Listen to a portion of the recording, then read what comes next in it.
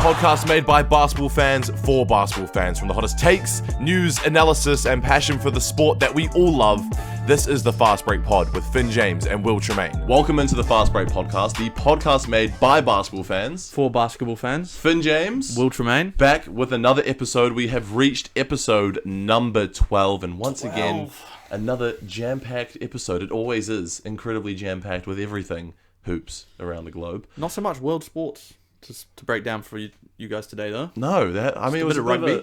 bit of a quiet weekend compared to First some time in a recent while. ones.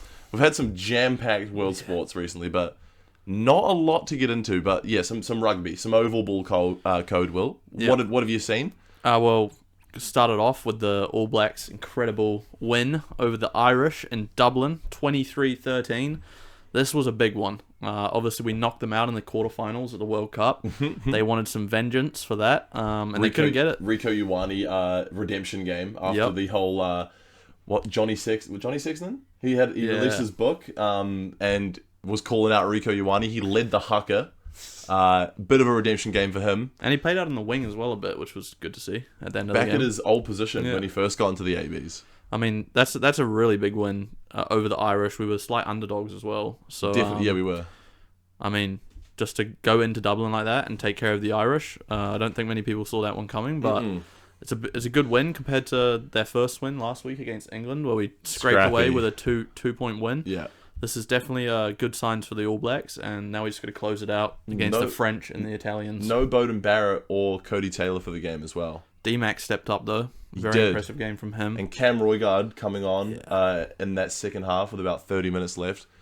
I think he had a huge impact. 100%. I wouldn't say he changed the game, but the distribution and the ruck speed increased drastically when he got on the field. I mean, Ruddimer was really struggling to just get that quick ball out of the rucks. So you could just completely see a change in the All Blacks style of play as soon as Roigard came on. He's going to be the All Blacks halfback for the next 10 years, bro. I think, hot take here, I think he's going to be the second best rugby player in the world. Cam Roigard. After, I think Dupont is clear ahead of anyone else in the world at the moment. So good. But Roigard, every time he seems to touch the field, he just creates magic. So there's my hot take in the rugby department. Good to see some Kiwi-born Irish players play quite well. Jameson Gibson Park, Bundy Aki, and James Lowe. I think they were the three best players, to be perfectly Probably. honest. I'm not even surprised. The Van der Flair, the South African-born Irish guy who scored a try.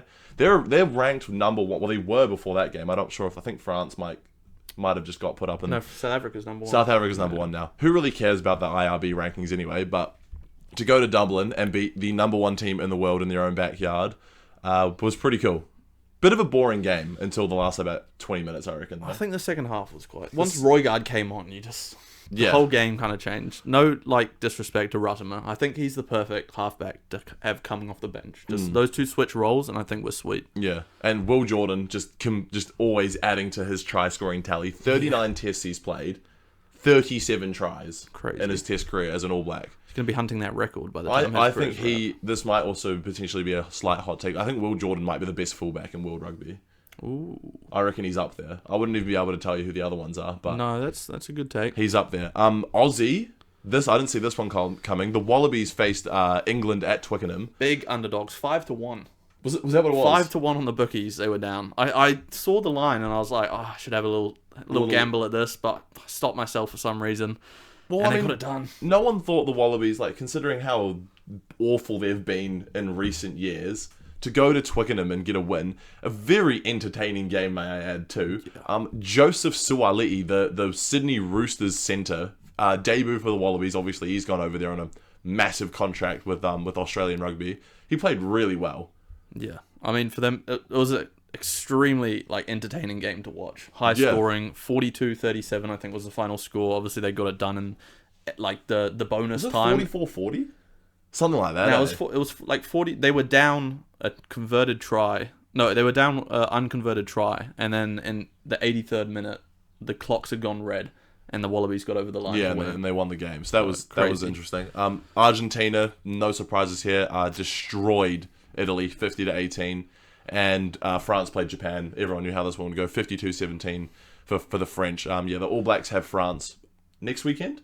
next weekend, I think. And also there's South Africa, Scotland. That's tomorrow morning for us. So that will be all wrapped by the time the pod comes out. But they're finishing off the week for the World Rugby Games this week. So that should be an exciting one. I think the South Africans should get the job done there. 100%. But Scotland have looked good. Yeah, they handled Fiji last week. Solid team, old Scotland. Surprising, because Fiji have actually been quite good in recent years as well. Black Caps back in action. Obviously, they did the Test Series sweep in India, which was unreal. One of the biggest things in New Zealand cricket or world cricket in recent years. Already back in action, back in Sri Lanka, playing in a T20 series, just a 2-game series. They lost by, I think, 6 wickets. The team is completely different. So all the boys that basically played in the Indian Test Series, they've kind of remained in New Zealand, played for their respected domestic sides to start the Ford Trophy and all that. But they're probably just going to start preparing for this England Test Series at the end of the month, which is going to be huge in our own backyard. So really looking forward to that. They have another game against Sri Lanka, I think, next weekend. But realistically, these don't really matter. Just a bunch of New Zealand cricketers sort of getting their chance to represent the Fern in a subcontinent. So chances are they probably won't win the next game either. But just good to get some of these like young guns like Matt Duffy and the likes of it. A bit of a run out for the Black Caps, which is really cool. Good. That's all for the world sports news this week, guys. A bit of a breakdown of some good old traditional Kiwi sports, rugby and cricket. That's all we got for you this week. But getting right into it, let's get into the NBL. And there's some interesting news coming out of the NBL this week, Finn. Quite surprised to see this, but it's great for the game. Do you want to break this down for us? Very positive news coming out of the NBL, showing that it's continuing to grow on a global scale, I think, as well as just a New Zealand-Australian scale.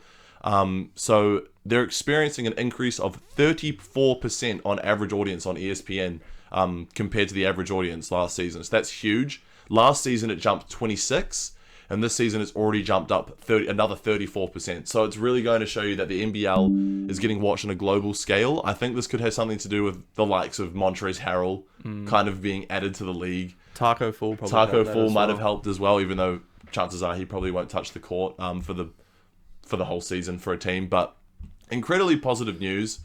The league is going on notice around the globe. Well, you said you saw a top 10 list of the best basketball leagues outside of the NBA? Yeah, I did. Where did they slot in? I was reading a top 10 list, and the outside of the NBA, top 10 leagues in the world. I thought the NBL would be like top 5. I was blown away by the fact that they had us at about 9th. Obviously, the Euro League was number 1, as to be expected. And then 2 through 8 were just all the other European leagues. The Spanish League, the German League, the French League, the Turkish League.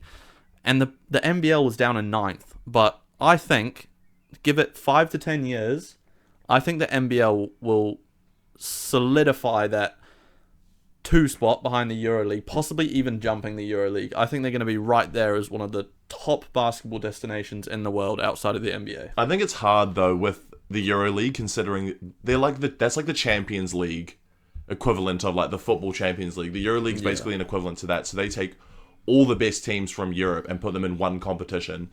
So chances of the NBL trying to compete with a competition like that, it's quite hard. And the fans over there are crazy. Oh my god!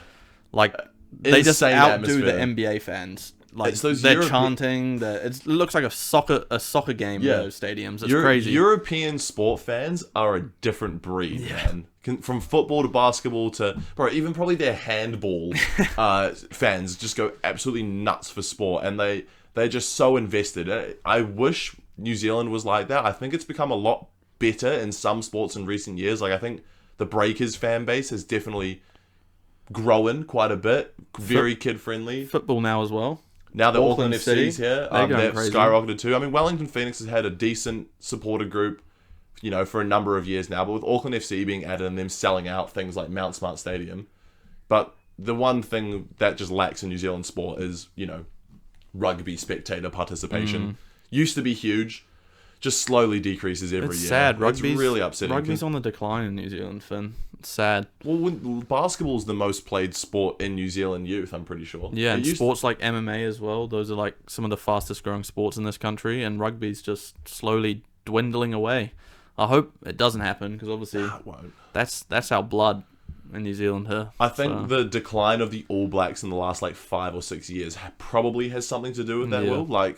Obviously the All Blacks between 2011 and maybe 2017 were easily the best rugby team in the world. You'd watch them and you knew it was going to be a try-fest and they'd win every game. They won 2 World Cups, and then 2019 rolled around and it just sort of started going downhill. Obviously, the 2023 World Cup, they dropped as well. So I think rugby numbers have just dropped because, like, basketball's such an appealing sport. You only need one ball, one hoop, and one person to even play it as well, and just practice by yourself. So I think it's an easy sport to pick up. So I think that's why it's really capturing like a lot of Kiwis, especially younger kids. I think it's failing at the grassroots level though. It's not just the All Blacks. I think from like the NPC rugby, just going all the way up through the ranks, even starting at schoolboy rugby, I think that's where it's falling apart, and that's what we need to really focus on to fix the higher up levels, because that's where we get all of our players developed and coming through. It's also a really system. expensive sport to participate in. Like club fees and things for rugby it's actually so expensive. And now you got a bunch of soft parents as well who are all scared to let their kids get head knocks and stuff. So I mean, fair enough, bro. But like, I understand what you mean. But yeah, regardless, really positive news that the NBL is just continuing to grow. I'm thinking an expansion is on the way in the next like 2 or 3 years for the NBL, especially if numbers keep going up like this, and that'll mean more international players are going to be far more inclined to come and play. Christchurch and Wellington, surely. You reckon another New Zealand team? It's got to be another Kiwi team. When you look at other sports leagues like the A League and the derby that they've created this year with Auckland and Wellington, who wouldn't want that in the NBL? Yeah. Even the NRL, all these leagues where New Zealand has one team in there with the Aussies, they need to look at what Auckland FC and Wellington Phoenix have going on now and realise there's a prime opportunity to get a load more fans in New Zealand just from that derby type of atmosphere. It's also just a funding thing, eh? It's probably cost so much money. Like, I know that they tried to launch the South Island Kia for the NRL. That failed. Another group has come out. Still on the books. Huh? It's still on the books. It's still potentially on the books, but another group or company has come out and put a bunch of money into the Southern Orcas in the NRL. So there's another team, like another organisation that's pushing for a second NRL team, especially in Christchurch with this new stadium going up in Christchurch. Prime opportunity. Great opportunity for another NRL team. I think the NRL community in Christchurch is huge, a lot bigger than people probably think. It's just hard, obviously, with the Warriors only playing in Auckland. Obviously, next season they've got a few games here around. They've got a few games in Christchurch, I think. So that's always good. So it could be a little tester to see what happens there. Yeah, no, that should be interesting to keep an eye on. But getting into the games of the week so far. Round 8. Round NBL. 8. We got 6 games, I think, for you this week. We're also going to break down the Breakers versus Melbourne game that happened from the previous round. Last Monday, which we weren't able to break down because we'd already recorded the podcast. So we'll get into that one. But first of all, let's start off with the Brisbane Bullets and Melbourne United. Finn, what happened in this one? 120-103 win for Melbourne. Pretty high scoring game. Kiwi basketball. I wouldn't call him a legend, but Kiwi basketball legend. Contributor. Give him his props. A Kiwi doing it on the world stage in the NBL, one of the top basketball competitions in the world. Rob Lowe. That's who we're going for. He had a career high. 6 from 8 from 3, 30 points. How's he still going? I just want to know. He announced his retirement 2 years ago almost. And then he signed to Melbourne as a injury reserve the season before. And now he's got himself another season in Melbourne as the starting centre, basically. And dropped 30 points on Brisbane. Rejuvenated his career. Good for him. I wish we still had him on the Breakers. Yeah, He was quite a pivotal piece, especially when we made the finals run in 2022. He was could probably quite start important. for us at centre. You slot Yeah. Sam at the 4. Keep Freddie on the bench. Jonah to the bench too. Yeah, we're thinking about ifs here anyway. Big if, buts and maybes. I don't see Rob Lowe ever returning to a Breakers jersey. I think he'll be done pretty soon. Might return to the Auckland Tuatara. He probably will next season. He's played the last 2 years there, and he's like the best guy on their team. But that was the first game of the round. Second game, Perth Wildcats 88, Tasmania Jack Jumpers 82. Milton Doyle with a 30-piece for Tassie. Just wasn't enough to get over the line, unfortunately. Yeah, I saw this one happening. Perth coming away with the W. Still no Bryce Cotton. Tassie has struggled this season. And yeah, like you said, even without Bryce Cotton, I figured Perth would get over the line in this one. But it was closer than I thought. 88-82. Good high-scoring game for the NBL. But moving on, Sydney Kings get a big needed win, I felt. About- At this yeah. point, it was about time you got a win over Southeast Melbourne Phoenix, but they only did it by 5 points, Finn. 74-69. It was a scrappy, low-scoring game. Jalen Adams led the way with 20 points and 7 assists. I think this was big for Sydney to get him involved as well. He's kind of struggled this season. And he was out injured a little bit as well. So yeah, but it's good. It's big for him to step up and be that leading scorer. And Xavier Cooks as well, 17 points and 12 boards. Big double-double from him. Yeah. That's what you need to see from the guy who's your clear best player and coming into the season, arguably the best player in the league. he was up there for me. Yeah. He needed to step up like this, and they needed to get that win. A rough night as well for Matt Hurt, Southeast Melbourne's leading scorer. I think he's 4th in the league in scoring as well. Yeah, he's dropped down a bit after this round. Yeah, he was 3 for 16 from the field, so bit of a rough one for him. Not ideal. But then, game of the round, Finn. What was this? High-scoring one. Last night, following the Breakers game, which we'll obviously get into very soon, Melbourne with another game against Perth, 106-97. When you look at the score, probably quite an entertaining, high-scoring game. Mate, Chris Goulding had 46 points. Crazy. Where did this come from? 46 points, a 25-point third quarter, 16 from 32 from the field. Bro threw up 32 shots.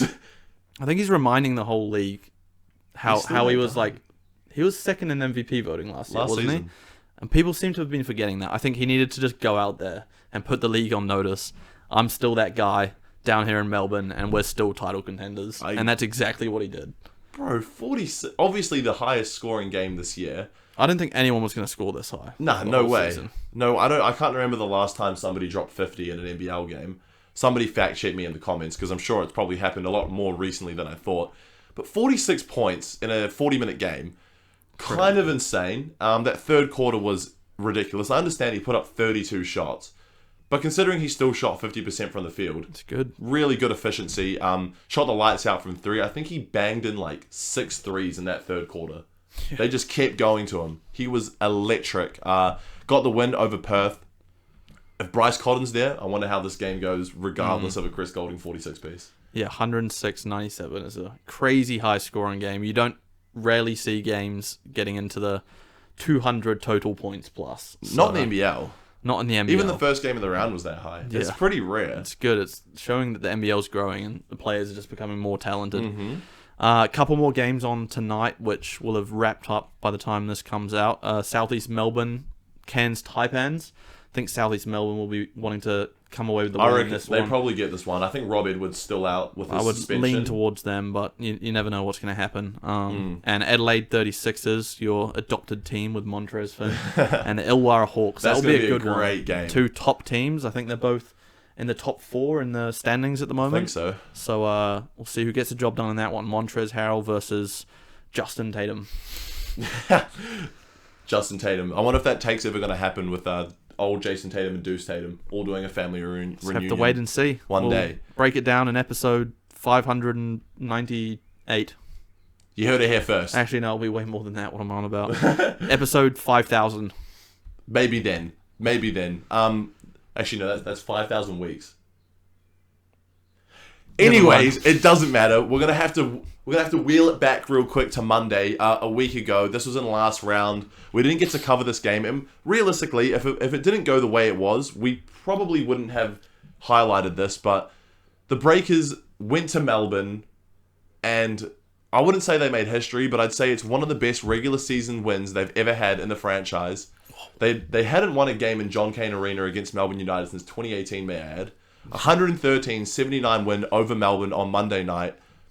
I did not see this one coming. I think going into the weekend, I would have been happy with a 1-1. Obviously, a huge win over Adelaide. And then to go over to Melbourne and do this with a depleted roster still, did not see this one coming. Proved a lot of insiders wrong. We skyrocketed to first on the table as well after this one. We've dropped down with our game against Tassie. We'll get into that very shortly. We won't spend too much time on this. Who are your standouts from this monstrous game, Will? How could you not say Sam Meneng was the standout in this one? 25 points, 10 for 12 from the field, incredibly efficient. Shot the ball from 3 really well. I don't think he just couldn't miss. He's looking like that clear number 2 guy to PJC, in my opinion. For the not even Matt Mooney anymore. I mean, Matt Mooney's got the points on lockdown, but Sam Menenga in that pick and roll with PJC, Yeah. I just love seeing that. And he's obviously a big man, so he gets the boards to go with it. I think he's been the second best player for the Breakers this season. Really? Matt Mooney, I'd put it third, but Sam's been incredibly impressive for me to start Really the good. season, Finn. And PJC, as he does, we gotta stop mentioning him, Finn, because he's always gonna have a good game. We will never stop mentioning the GOAT. The GOAT. Nah, not the GOAT. The GOAT. Not That's the GOAT. crazy, but 23 points, 7 dimes. And who knows, if he sticks with the Breakers for another 10 years, Finn? Maybe. Could be the GOAT. Following this game, I reckon he is clear-cut the best player in the NBL. Following last weekend, he, at that point in time, I think Parker Jackson-Cartwright, I was confident in saying that he is the best player in the NBL. Yeah. Last night, maybe would have been our opinions might change. But the 2 games against Adelaide and Melbourne were just out the gate for PJC, and he's just going to show everyone that he's back for the second season. We're in round 8 now. He is, I think, the clear-cut best player in this league. Yeah, I don't think that's even a hot take, Finn. I think that's clear as days. I think he's leading the league in the MVP race at the moment. I wouldn't be and surprised. Deservingly so. Another guy that I do want to shout out in this game as well, Finn, is Kareem Lopez. He's just been on an absolute hot streak the last 4 or 5 games. Yet again, 17 points and 10 boards. He seems to be a double-double machine at this point. He's got 2. He had 2. And to be getting that many rebounds, I know he's 6'7", I think, but he's a small forward, and I don't think there's any other small forwards in the league who are getting 10 boards, even 8 boards consistently every night.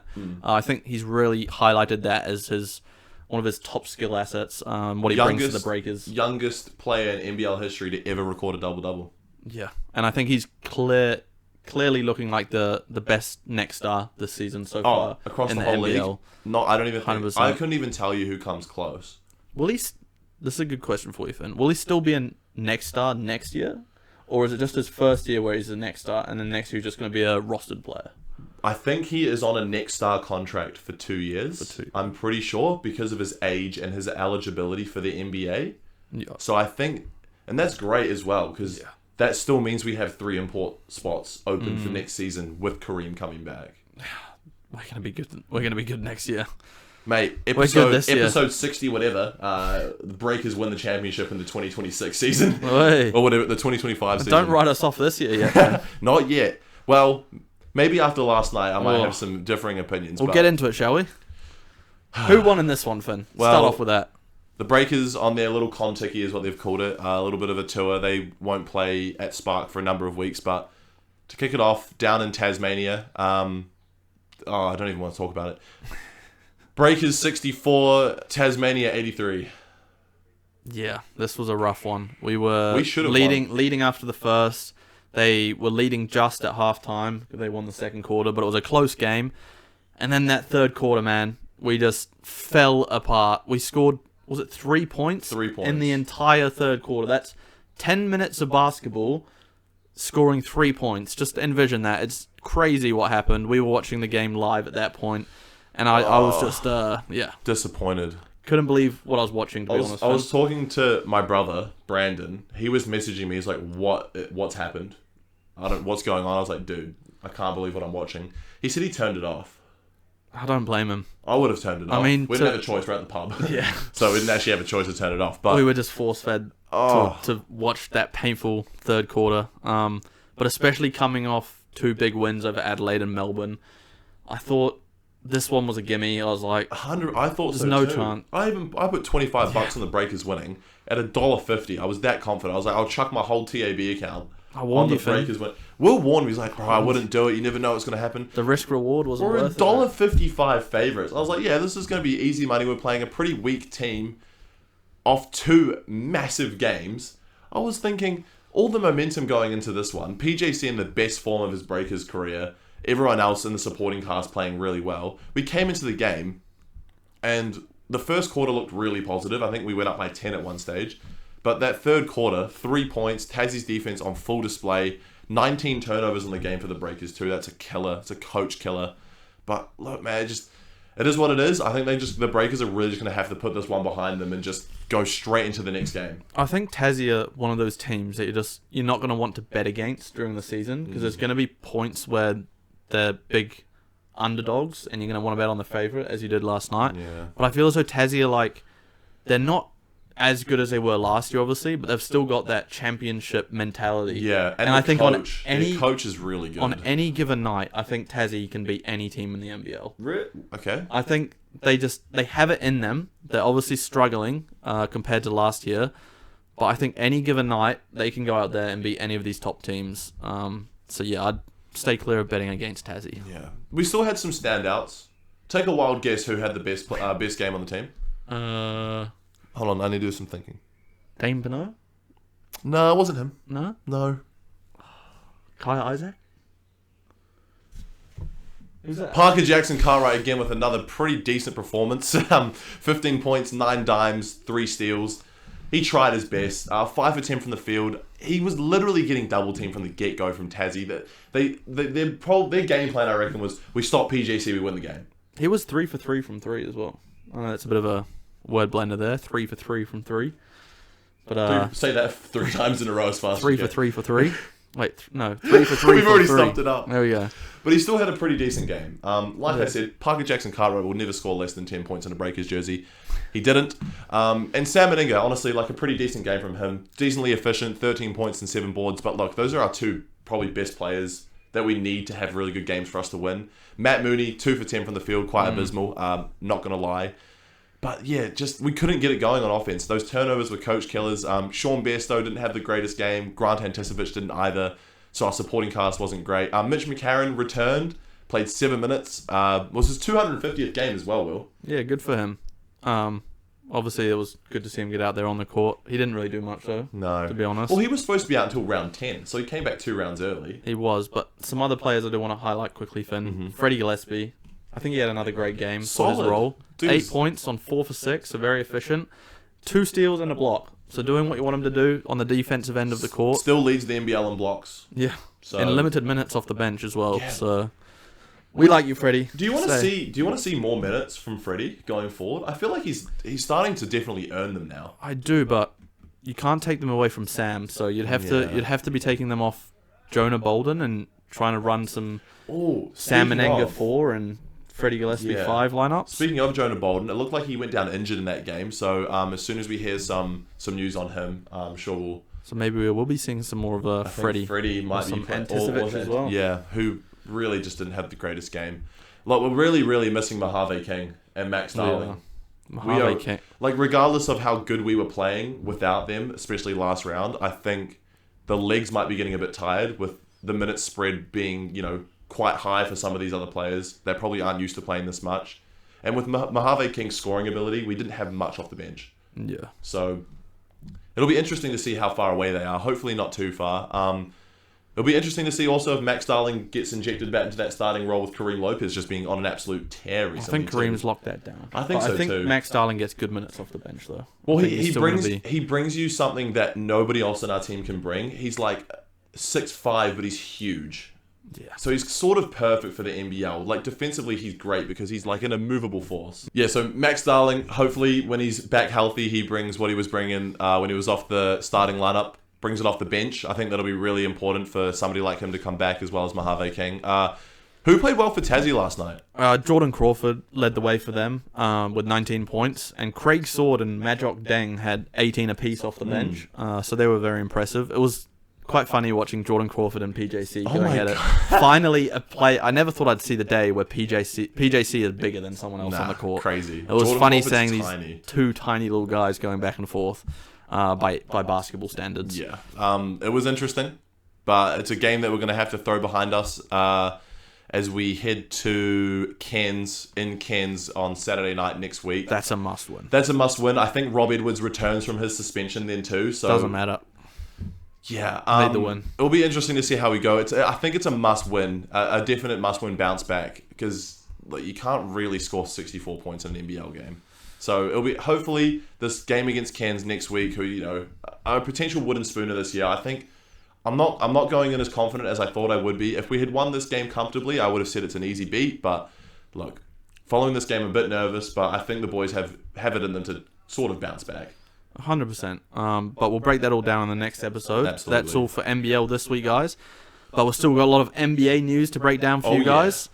And the big thing in the news so far this week, Joel Embiid. When is he not in the news?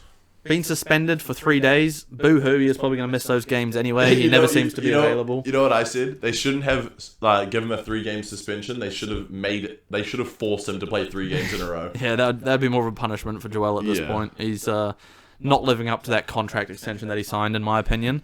We can't really say he hasn't played a single game. Exactly. So he's not living up to that contract extension. You Very need to good be on point. the court to be getting paid. And now you're not going to be getting paid for 3 games because you went and pushed a reporter. To be fair, this reporter was speaking about his late brother and his child in a column. In a column, an interview. And Joel obviously saw that and confronted him in the locker room and gave him a good old push. Yeah.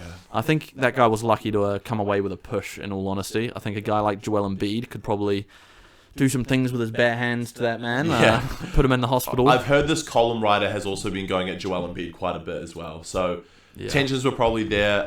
This was just too far. I'm sort of in Joel Embiid's boat. Like, obviously, you should never be pushing the media. He served a suspension, but realistically, man, these athletes are humans too. Yeah. So it really wasn't on from the guy, the columnist. I think that's what you would call them, the writer. Trying to relate his basketball game to his late brother, that's just a real lowball move that you don't do. So I'm 100% with Joel Embiid in this one. I think it was deserved. But he needs to hurry up and get back on the court. Because the Sixers are starting to struggle. Especially with Maxey out as well. And Paul George is only just come back. And he's not looking very good. That's your boy. I love Paul George. He's behind me. I'm just like, efficiency has been all right. Usage has been so low, though. I understand he was injured. That makes a lot of sense. But, like, step it up, PG. Come on, man. Well, let's talk about it briefly, Finn. Obviously, the Clippers and the Blazers are our teams. But our 2 favourite players, Paul George, Damian Lillard, they're both currently on Eastern Conference teams. Philadelphia 76ers and the Milwaukee Bucks. And they're both struggling terribly. I think the Bucks are the 13th seed in the East. 14th. And the Sixers are the 15th. Are the 15th. This is not where anyone, I don't care who you are, no one expected these 2 teams to be at the bottom of the league. Obviously, Philly have been plagued with some injuries. And as for the Bucks, I mean, Dame's been playing well. He's been playing really well, actually, compared to last season. He's averaging about 29 a game on efficient shooting. Yeah, and he's definitely got quite a few dimes as well. But they just don't. The Bucks don't have anything outside of Giannis and Dame. They do not have a clear third option. Brook Lopez has been woeful. He's looked good on defense, to be fair. He's been okay. He gets some good blocks. Gary Trent Jr. Horrible. I think he's shooting like 17% from 3 on the season. Crazy. I remember him because he was a former Blazer as well. He was cooking for us. He was shooting the ball well. Great Raptor as well. And a Raptor, but it ain't working on the Bucks. And the East is so weak too. Yeah, I think the fourth seed, the Hornets, are 4 and 5, 4 and 5, and they're the 4th seed. And they're the 4th seed with a losing record. There is 2 teams in the Eastern Conference with above 500 records. It's crazy. And that is the Cavs and the Celtics. Well, let's talk about the Cavs quickly, shall we, Finn? Because this is a crazy start to the season for the Cavs. I don't think anyone would have seen this one coming. No. They are 11-0 to start the year. Yeah. It's insane. They had a close one with the Nets today, but came away with the win. Surprisingly, the Nets have been alright too. Dennis Schroeder? Yeah, surprisingly. Yeah. But look, the Cleveland Cavaliers, who, if anybody in this world thought they would start this season 11-0, they're a liar.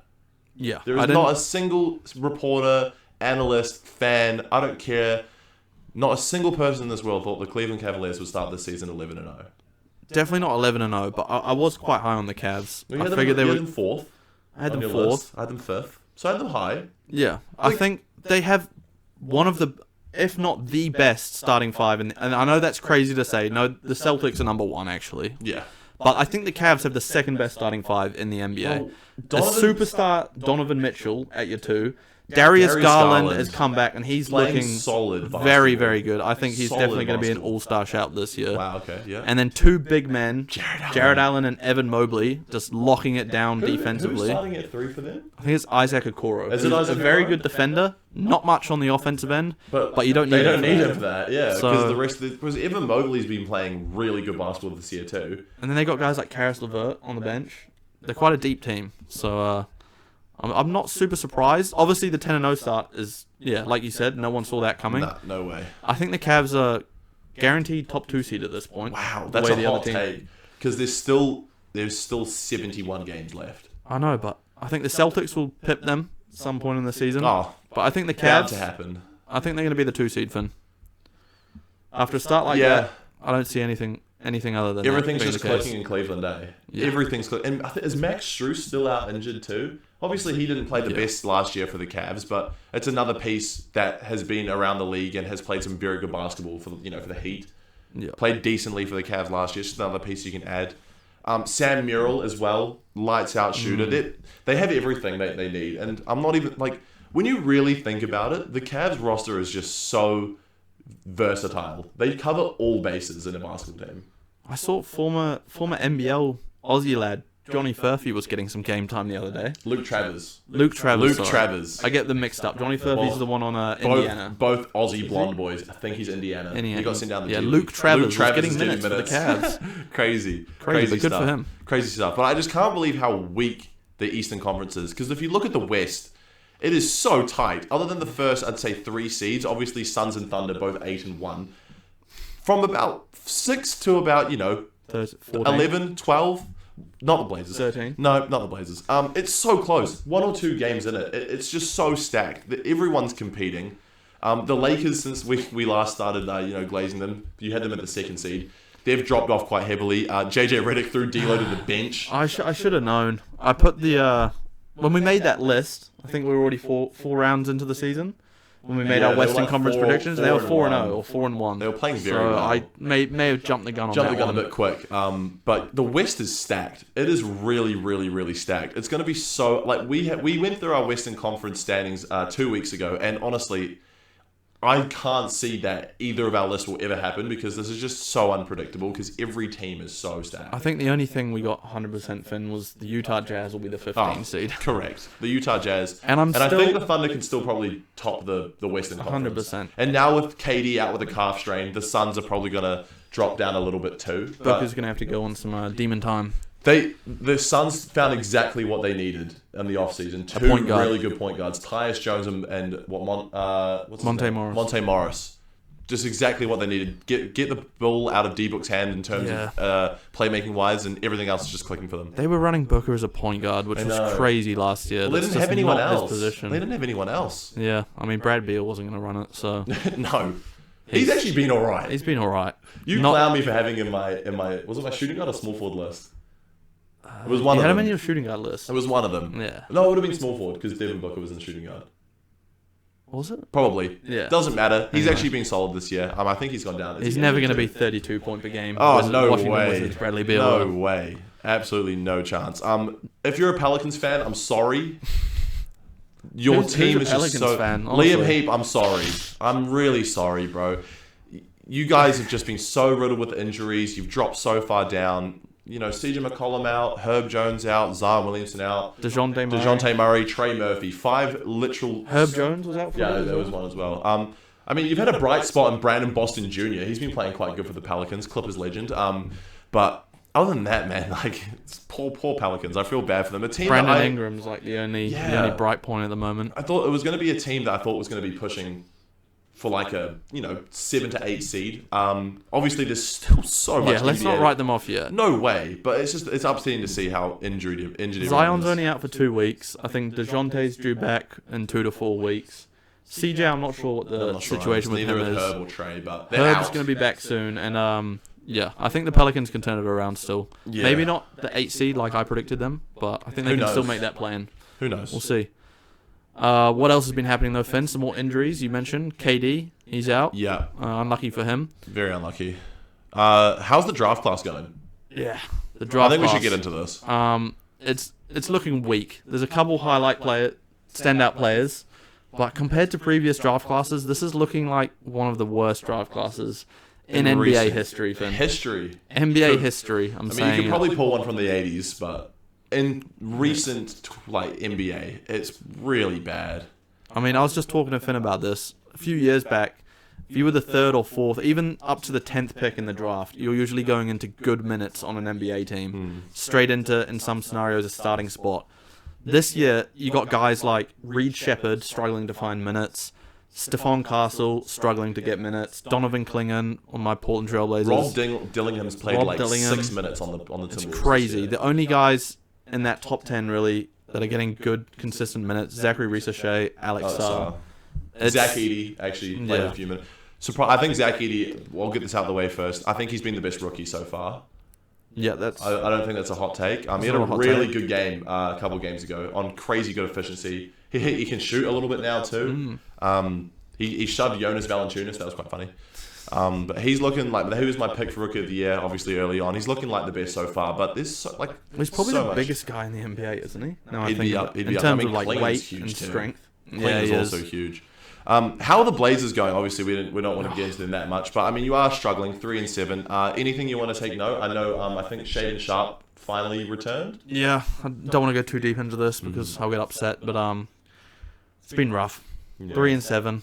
I mean, rough times for us Blazers fans out there. But Shaedon Sharpe and Robert Williams have both come back, so that was the one bright spot that made my week. That's good. Seeing those two guys back on the court. Lovely. Hopefully they just continue to, get back into the basketball rhythm. I want to see Shaedon Sharpe getting more minutes. He's definitely not playing enough, in my opinion. Well, he only just came back from injury. Yeah, but get Denny Avdia out of our roster. Get Jeremy Grant gone as well. I'll say it every week. Yeah. Goodbye, good riddance, and Anthony let's develop Simons, these young players. Anthony Simons needs to pick it up though. Well, that's just a very selfish take, Finn, because he's on your fantasy. Yeah, but For he the hasn't, sake of Portland, he hasn't he been needs that to good step it though. Yeah.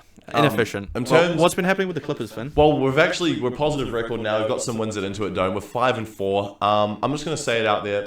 Norman Powell is making a case for MIP and a potential All-Star selection this season, and I don't even think that's a hot take. MIP, he's got to be the leading guy. He's averaging almost 26 points a game. He's shooting 45% from three. He honestly looks like he's better than Paul George now, which is insane. He's just got this opportunity with Kawhi out, and he's taken it by the neck and strangled him. And he's 13th in the league in scoring. And for him to be a genuine all-star selection, I just think he needs to up his distribution of the ball. He doesn't pass the ball much. He's a genuine just scorer. He's doing exactly what we need to get wins. 12 rebounds as well, career high in the last game. So he's full of confidence. He's an absolute demon. Obviously, the Clippers are not historically known for making very smart trades. That was one of the best we've ever made. But that was one of the, and it was with my team. You guys absolutely swindled us in that trade. Fleeced you. You got Norman Powell and Robert Covington, and what did you give us, Finn? Eric Bledsoe and Keon Johnson. Eric Bledsoe, Justice Winslow, Keon Johnson, and I think a second-round pick. All absolute For cans. Norman Powell, who has become the best player on our team. Actually, did you say second round pick? Potentially. I wonder if that second round pick was the one that turned into Tamani Kamara. Because if it is, I will shoot then myself. we actually won that trade. I will shoot myself if that is the Because case. Tamani's looking like a very good player. NBA Next to Jimmy action Butler. continuing. We love it. We're going to cover it every single week because there's just so much going on. Big scores and highlights, of course, will all be here. Bronny James got a bucket in the G League. Go Bronny. But yeah, that is all for the NBA. But How do we wrap up the week, Finn? We're up to the 4th week of our NBL player position rankings. So we're at Power Forwards. This list is stacked. It's going to make you happy as well when we get to number one. This isn't it, is Finn? a crazy good position compared to the small forward list last week. And I think the center position will be quite good too. It will. But the power forward and I think point guard list are definitely the most competitive in the NBL. Should we start at number 5 and We go all should. the way up? A couple honorable mentions first. I just want to get it out of the way. Sam Menenga from the Breakers. Well, he could be a center though. He could be. Actually, he would be. He would What be am a I centre. about? Keanu Pinder. Keanu Pinder, Wildcats. honorable mention. He almost snuck Honourable in, mention. but honestly, that's how good this list is. Yeah. Because he's had a decent year and a decent career, but this list is really good. You want to start us off with number 5, Finn? It warms my heart to add the Kiwi Sam Wardenberg from the Cairns Taipans at number 5. Obviously on a bit of an average team, but he is having a really good year. He's been that top guy for them, I think. 16 points a game, I think. I think 7.5 boards around there potentially. Shoots the ball really well. He's the captain of the team. It's his 3rd year on Cairns, and he's just continuing to get better every single year. Got a Tall Blacks call up as well for the Asia Cup qualifiers. I've slotted him at number 5. I genuinely think he is a top 5 power forward in this league. Number 4, we have Jack White, Melbourne United. This guy's leading the league in rebounds with about 10 and a half rebounds per game. So obviously had to give a special shout out to him, and 13 points a game as well. No slouch on the offensive end. I think he's been arguably the best player for Melbourne United. Well, Chris Golding, but and Robler had a good game, but Yeah. consistently, Jack White's been bringing exactly what they've needed. Jack White, number 3. This was a bit of a surprise We've tossed up. to me, Finn. We had this guy as probably one of the best players in the league coming into the season. Yeah. Who was it? Bit of a quieter one. Xavier Cooks at number 3. I thought, like you said, was going to be the best player in the NBL this year. I think with how stacked Sydney is, he hasn't been able to sort of reach his potential. But I think he has still been outstanding, and I think he still deserves his flowers at number 3. Yep. Number 2, down in southeast Melbourne, Matt Hurt. He's looked phenomenal. I think he's 4th, like we said earlier, he's 4th in the league in scoring. I He think was 9th. first for most of the season so far as well. He's still at about 19.5, 19.4 a game. He's definitely looking like that number 1 guy down there in southeast Melbourne, and hopefully he's going to turn their season around for them and lead them into the playoffs. And number 1, Finn, I'll let you have the floor with this one. Take us away. There's no surprises here, team. There is none at all. With Finn James on the pod, you knew who was going to be the number 1 power forward in the league, and it is, of course, Montrezl Harrell, Adelaide 36ers, just taking the league by storm. The most entertaining player in this league, in my opinion. We've got him at number 1, and I think it's not even a hot take. I think he is, just not even... It's clear. It's pretty clear. 2nd in the league in points, 2nd in the league in rebounds. I think he's top 3 in The person blocks. leading the league in points is his fucking teammate, so... Yeah. But Montrezl Harrell at number 1, no surprises there. No. Next week, stay tuned. We'll drop our final one of this segment, the centers. But thanks again for tuning in, guys, and catch you next week.